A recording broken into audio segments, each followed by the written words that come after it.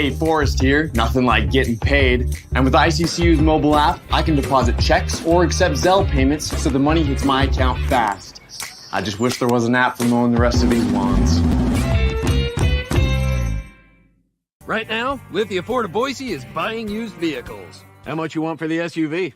I don't know. Well, Lithia Ford will give you more than that. How much more? More than you think. I'm not thinking anything. I'm thinking you might get even more than that.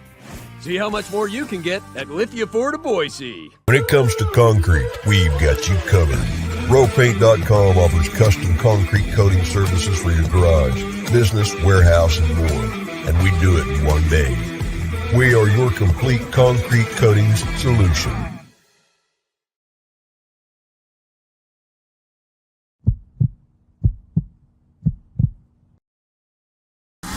This is Bronco Nation News Live. The best interviews, the most informed opinions, the latest breaking news, all from the top Boise State insiders. Joining BJ Rains today is KTIK 95.3 FM The Ticket's Mike Prater.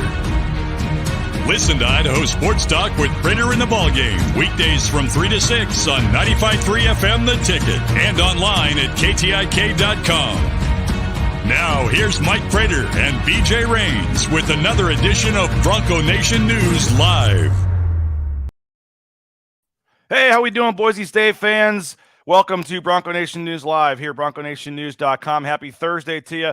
I am coming to you from San Jose, California, ahead of the afternoon tilt today, Boise State and Santa Clara. Mike, I even made the bed for you when nice. JP informed me it was going to be in the shot here, and I said, all right, well, I got to make sure that the bed is made. So if my mom's watching, there's my bed made. So, yeah, here at the Marriott in San Jose, looking forward to the game today. We'll talk about that game a little later in the show. Obviously, a big one for Boise State basketball as they try to finish non-conference play 11-2. It'd be a 10-game winning streak and then get a couple days off for the holidays. But do have, obviously, some football news we want to get to first as well. We're going to hear from Bush Hamden. We got a couple quotes to play for him. We're going to talk a little bit about signing day. But, to me, when we were kind of having the pre-show meeting, about 6 o'clock this morning, Prater, and really hammering out this show, I think Spencer Danielson, and that news that came about 5 o'clock while you guys were on the air yesterday, the new contract for him. I don't know, Mike, I walked out with him yesterday, and he jokingly said, hey, BJ, where are you taking me for lunch?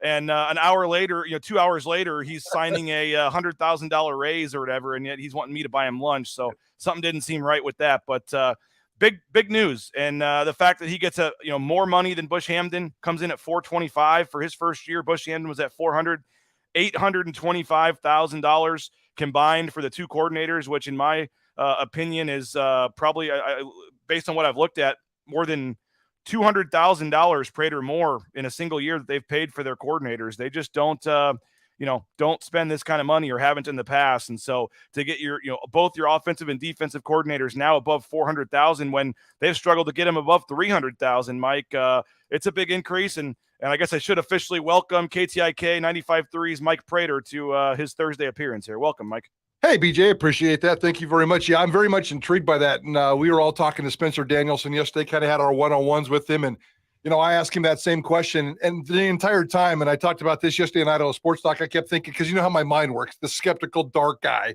kept thinking, I hope Spencer Danielson's not lying to me right now. Because I asked him, are you coming back? And he didn't avoid the question, but he stood on that razor's edge, as he likes to say, as the defensive coordinator, and did a nice job balancing. And I kept thinking, I don't want to have to come back and say, dude, you're a liar, because we all love Spencer Danielson. He's a good dude. And 2 hours later, he gave the appropriate answer, and then he gives the appropriate press release, and it's a good deal. Jeremiah Dickey and Boise State are stepping up like they've never stepped up before. I was so inspired by what happened that I even did some math yesterday and put together some contract numbers and put together some pieces of the puzzle. I'm very intrigued with what's going on at Boise State and how they're committing resources to this assistant coaching pool.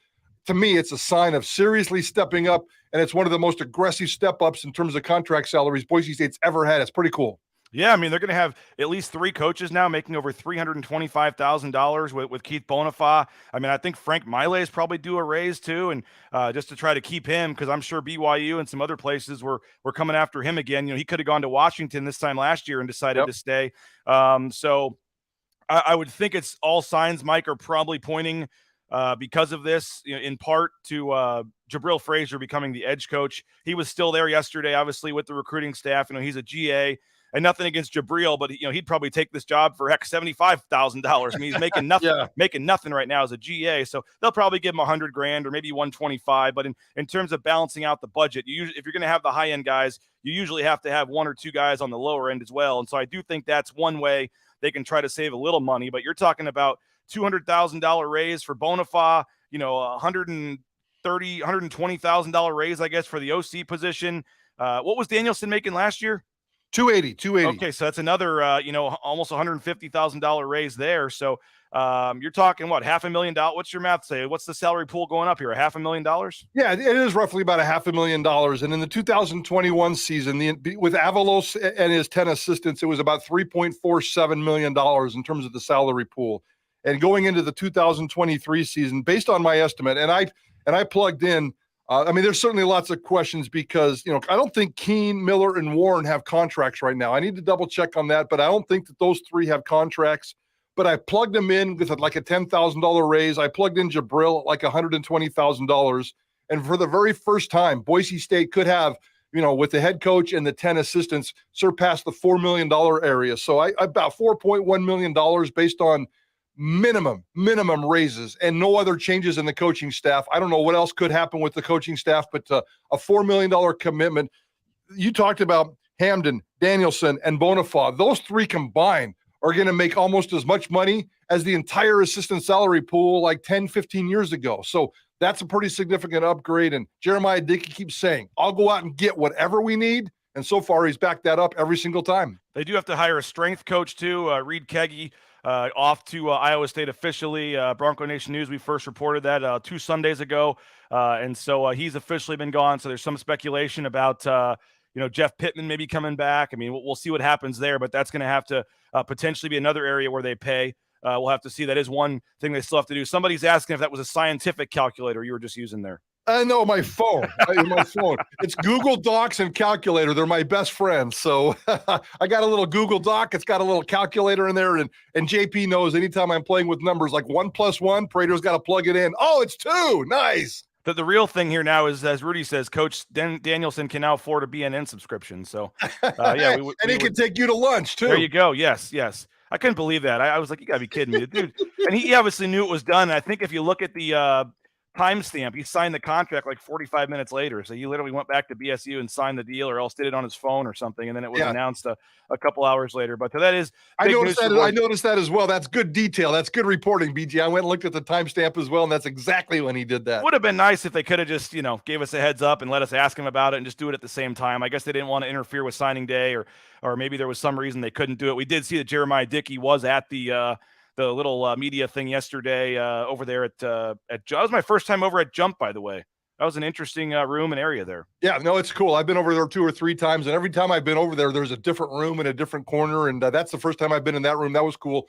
I love the fact, and Ballgame is the one who brought this up, that Jeremiah Dickey shows up yesterday in jeans and Michael Jordans, in terms of the shoes. So he was looking pretty casual as he's diving into the holidays, and we always like to beat up Boise State a little bit for access here and access there, but I was kind of surprised that Bush Hamden was there, and it was a free-for-all, and just, dive in and go. You just never quite know what you're going to get, and we walked in the room, and there was Bush Hamden, and after Andy gave his statement, it was a free-for-all, and it was good to be able to talk to a lot of those guys yesterday. Aside from waiting out in the cold for 10 or 15 minutes, it was about as perfect of a day, and I do give Boise State credit for that. I'm not sure how many schools on signing day make every assistant coach available to the media, and so they basically have the coaches spread out around the room, and you get an hour, and you can use that time however you want. So, thanks to Craig Lawson and Sarah Joram and everybody over at Boise State. That's kind of been a tradition they've done for most of the time that I've been here, at least, and so that's been probably my whole 10 years I've been here. I don't know how long that's been going on, Prater, but to have all the assistant coaches available on signing day is nice. And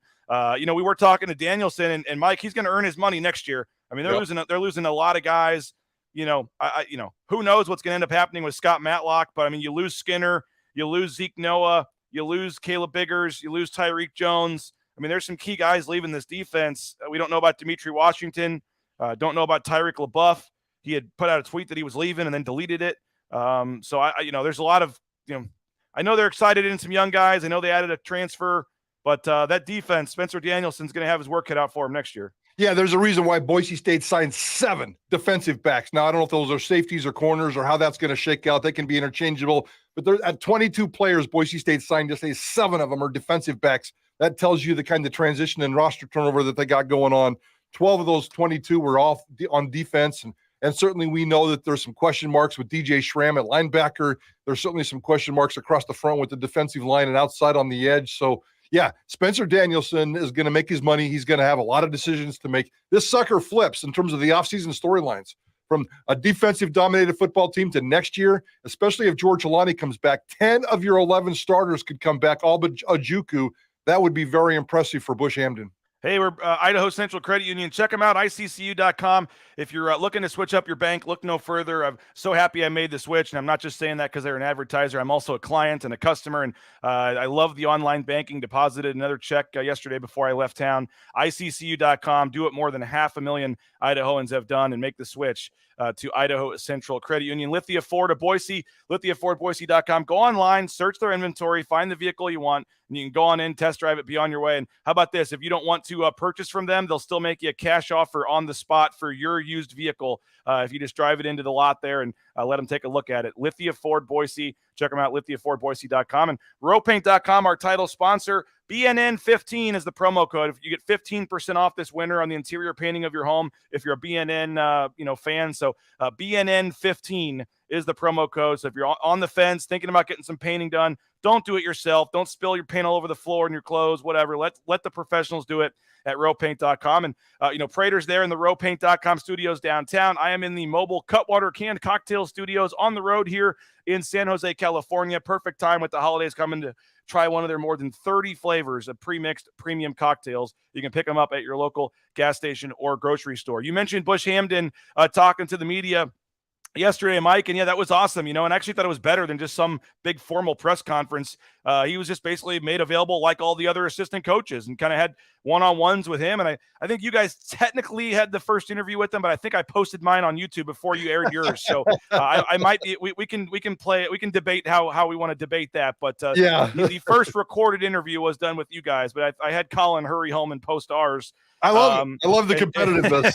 I got no problem with that. And I just knew a lot. I got a lot of Missouri fans that follow me back from my days covering the Cardinals and stuff. And so I know they were pretty salty.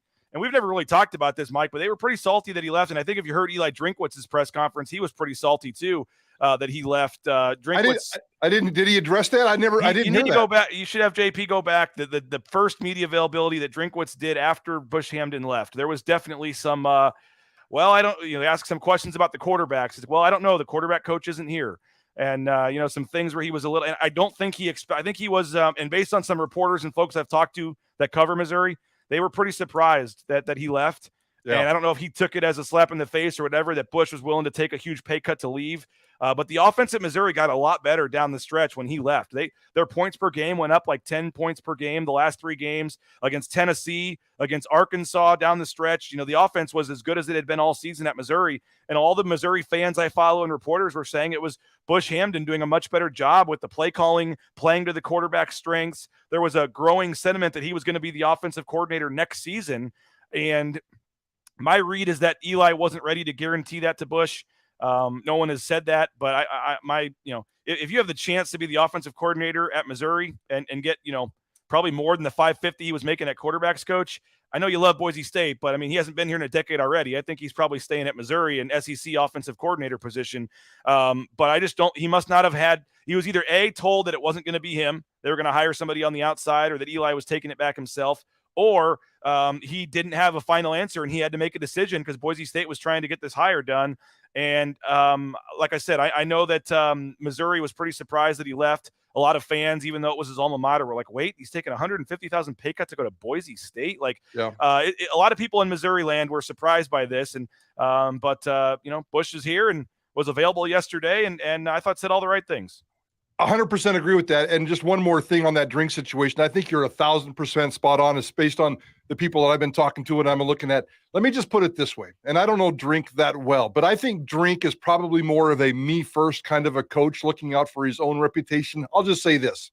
I don't think Eli Drinkwitz would have made the same decision that Andy Avalos made this year in terms of firing Tim Plow and bringing in Dirk Cutter at the expense of his own ego, bringing in one guy to save his football team. And I think Drinkwitz, he didn't want to tell people that Bush Hamden was dabbling with play calling. He didn't want to tell people that Bush Hamden was out there, maybe becoming the offensive coordinator, because that's Drink's baby. That's what Drink wants to do. And Drink's supposed to be great at it.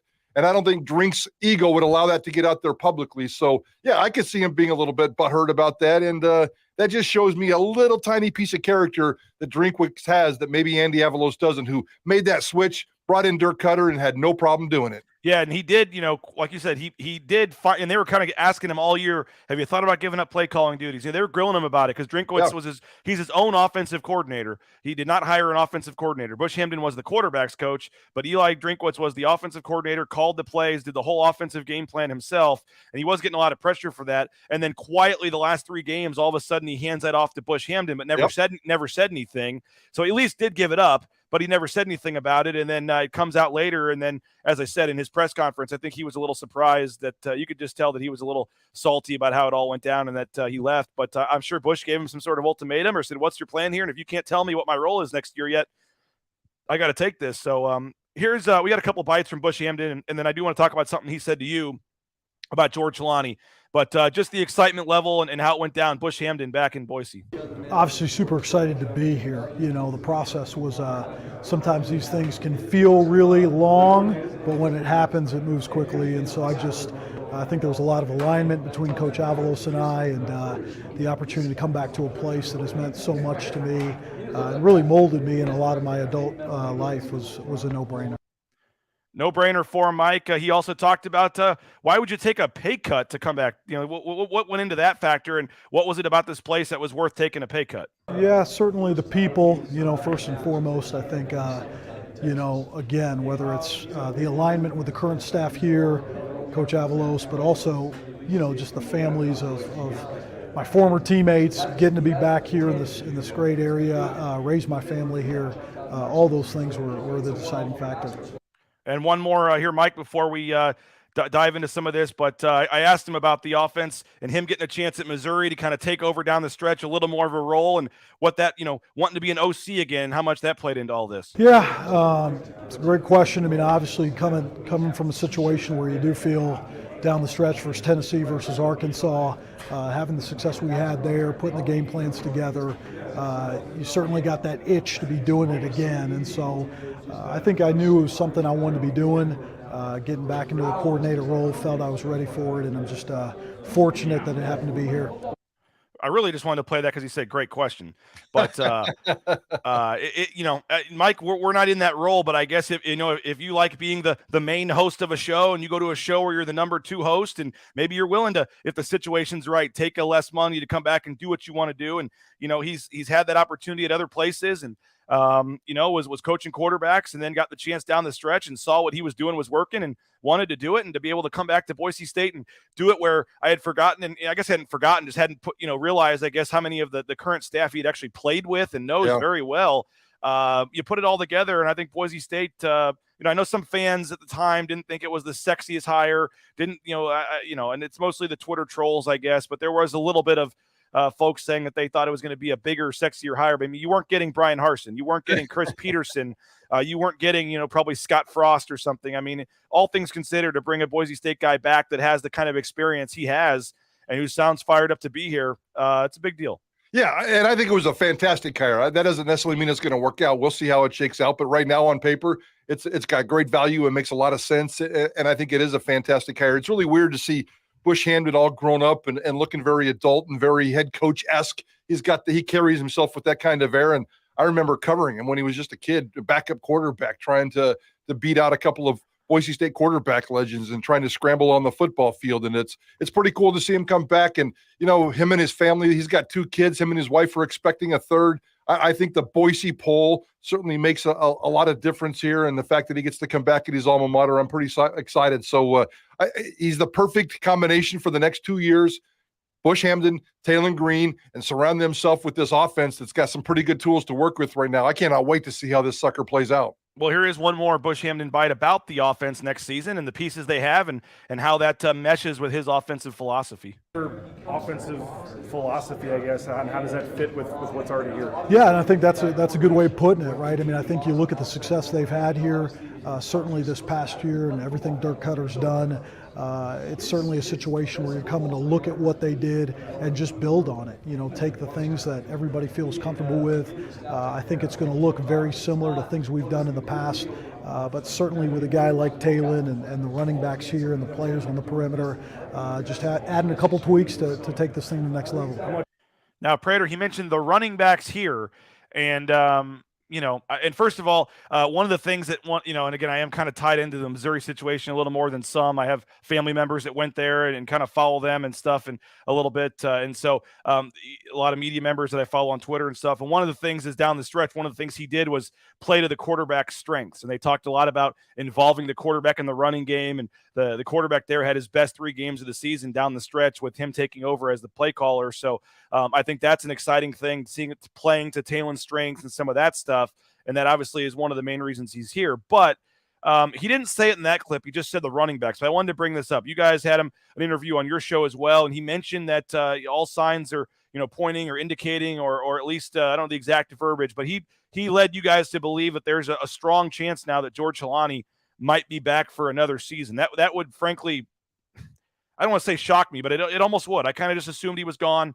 We've talked about this in the last couple of weeks. I don't know if he's necessarily going to get drafted if he goes, but I don't know what he can, if it's worth the risk of coming back and getting injured again for what the potential gain would be. But what's your thoughts on what he said to you, and maybe lay out the situation? And it sounds like maybe there's a chance George Helani's back next year, which I didn't think was happening.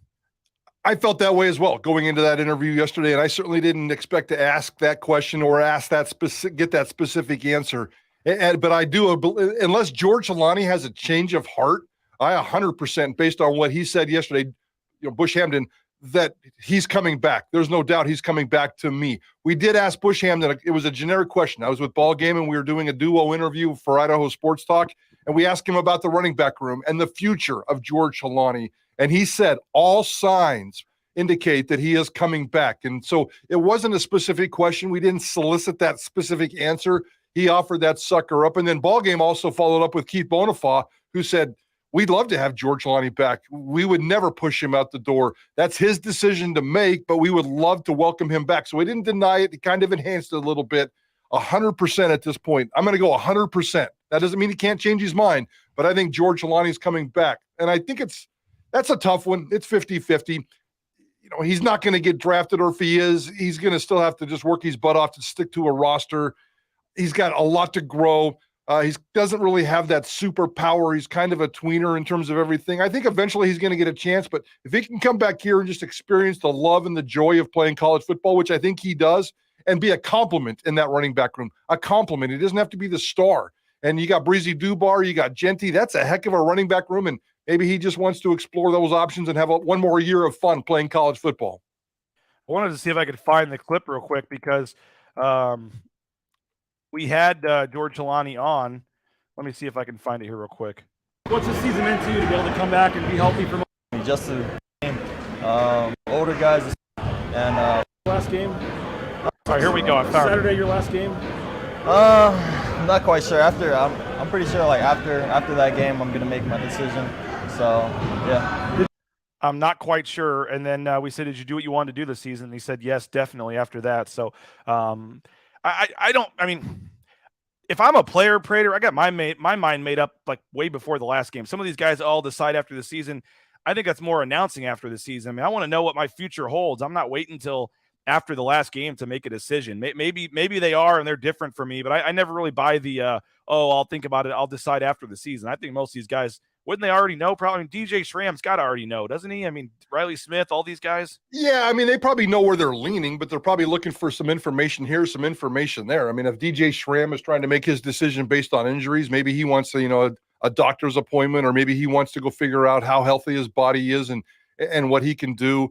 Maybe it's academics. Maybe it's you're waiting on a report from a pro football advisory board in terms of those kinds of deals. So there's you're right. They're leaning in one direction, and now they're just going out there looking for that Google reinforcement in terms of I need some information to reinforce the way I'm thinking. And maybe that's where you kind of go in and get that last step a couple of days afterwards. So based on that clip that you had with George Holani and based on what was said yesterday, I think he's coming back. And I'm starting to wonder if Scott Matlock is doing the same kind of dance in his head right now in terms of maybe he was leaning in one direction to leave, but maybe it's not such a bad idea to stick around. And I know he's got one NFL, I think it's the NFLPA, which is the third or fourth All-Star game. It's not really high in the pecking order. Scott Matlock could come back and make himself better and more dominant. And I don't think it's a hurry for him to get in the NFL. For George Holani, it might be a little bit of a hurry to get in the NFL. I think he's a little bit older, and certainly the running back position is different. But at this point, I think there's a really good chance that Holani and Scott Matlock come back, and that would be a pretty significant boost to this football team. Wow, that'd be something. Hey, if you're looking for a new job, how about becoming a truck driver? Check them out, transcomservice.com. They can help you with all the permits and things you need to get out there on that road, towing that first load in no time. If you're looking for a dentist, check out Boise Dentistry Co. Locations across the Treasure Valley, full family dentistry. You can find a location near you and do what the Raines family did. Make the switch, BoiseDentistryCo.com. You're looking for cheaper rates on your business insurance, check out United Commercial Insurance. UnitedCommercialInsurance.com makes business insurance easy. They can write policies in 44 states around the country. Get more information, UnitedCommercialInsurance.com. Ridley's Family Market, shopridleys.com. They got 13 Idaho locations to serve you. The shopping experience it has never been easier. You download the new Ridley's app. Get more information, shopridleys.com. And the Blue and Orange Store, theblueandorangestore.com.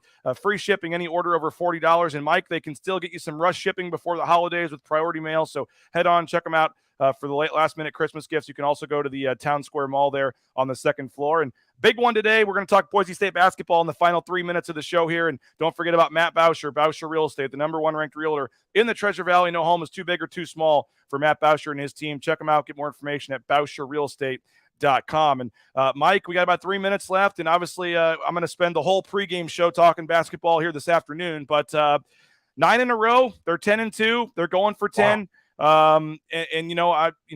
They lost that game to Charlotte. They dropped to 1-2. They score 11 points and a half, and a lot of people were jumping off and saying, well, at least we had last year, and it was fun trying to become a basketball school. And there was a lot of tweets and things that came out, but this team has turned it around. They're undefeated since Najee Smith moved into the starting lineup. Not sure if they'll have Marcus Shaver Jr. today. I think they really want to make sure this thing doesn't linger. And if it means 5 more days, so he's 100% for conference play, they may wait one more game, but there is a chance he could play today. But this is a solid, test today. Santa Clara is 116 at Ken Palm. This is a quad 2 road game. I think the Ken Palm spread is only 3 points. So this is going to be a close game. And I'm already thinking about it, Mike. I'm going home tomorrow to see my family. This is kind of the last day where you got to push through. And for these players, they're flying out tonight to go home and see family for a couple days. They had this game at 2:00 in the afternoon, so everybody could find flights to get to Texas. And Burke Smith's flying all the way back home to West Virginia, wherever he's from. I mean, these guys are heading out tonight. So this is going to be a mental test. Can you focus and can you take care? Because if you win this game, you're non-conference 11-2. I mean, you couldn't have asked for anything more. But obviously, if you lose the game and then you go into the break, with a rough, feeling going into conference play. So this is I know Santa Clara doesn't have the name of some of the teams, but this is a very important game today. I like the way you brought up in terms of just everybody's got their mind. Everybody's distracted right now, and we'll be able to tell with this basketball team, and we'll be able to follow it on Idaho Sports Talk Live. Bob is going to do a report with Bronco Focus. I know you're coming on at 4:15 today, live there from the game itself. So we're going to have a lot of live look-ins during Idaho Sports Talk today. And, if they could just focus and come out there and take care of business, that tells me a lot about the makeup of this team. But I've already learned a lot about the makeup of this team, and you know how hard I am on Leon's programs. But I'm impressed. Here comes Leon again, developing and making his teams better in the season, probably a little bit earlier this year than expected. Usually his jet fuel kicks in right around the holidays or a little bit after his conference play starts. But I'm very impressed with this conference season. You guys have been you've been pumping out the fact that this is probably the toughest non-conference schedule Boise State's ever had. I'm not smart enough to figure that out, but it seems like it's very difficult. There's been a lot of different challenges in terms of logistics and travel and road and competition and teams and all kinds of other stuff. And they've taken care of business. It's been beautiful to watch, and this winning streak is really fun. And Najee Smith is my new favorite player, so we're trying to get him on Idaho Sports Talk as well, and cannot wait to learn more about this kid. And I love what he's doing with this basketball team. Yeah, I mean, I don't know where it ranks all time. They don't have like the game against, the top 5 team or top 10 team, but I mean, they've played 7 top 125 teams out of their 12. And so the metrics are showing that they're number 50 at Ken Palm right now. And, as I said, when you're sitting there at 1-2, you're wondering what the heck's going to go on. But now if they get a win today, I mean, I saw Joel and Artie already had them as they're like the second team out of the tournament right now. So, I mean, they've already gotten into position where they're right on the NCAA tournament bubble going into conference play. So it should be fun. I'm going to join you guys today at some point during the game to give a little bit of an update. You guys will be following the game throughout the show on Idaho Sports Talk today. I'm sure you'll have some more interviews from football signing day as well. 3 to 6, Prater, Johnny, JP on KTIK Idaho Sports Talk. We'll be live. What time's the game in Boise? 3 o'clock, right? So we'll have 2 o'clock before you switch over and listen to Prater and Johnny. 2 o'clock, you can jump on our social media channels here. We'll have the live Lithia Florida Boise pregame show courtside from Santa Clara. So we'll show you some warm-ups. Abe Jackson will join us, and we'll get you set for the game courtside. So come back and join us 2 o'clock, and then listen to Prater and Johnny. The game today is on the WCC network, Prater, which is similar to like the Mountain West network. I think it's a free stream online, WCC network, so folks can check that out. So appreciate everybody for joining us. Go listen to the podcast, KTIK.com, of their show. Go to our YouTube channel. We have all the videos from signing day up. Prater, thanks as always, man.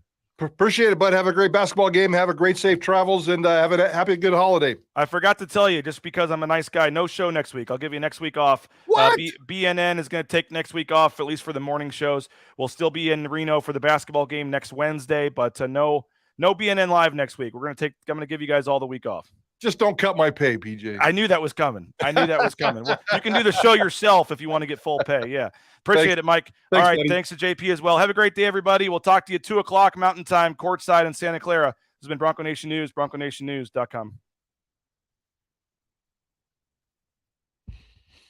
All right. Appreciate you, sir. Thanks, PJ.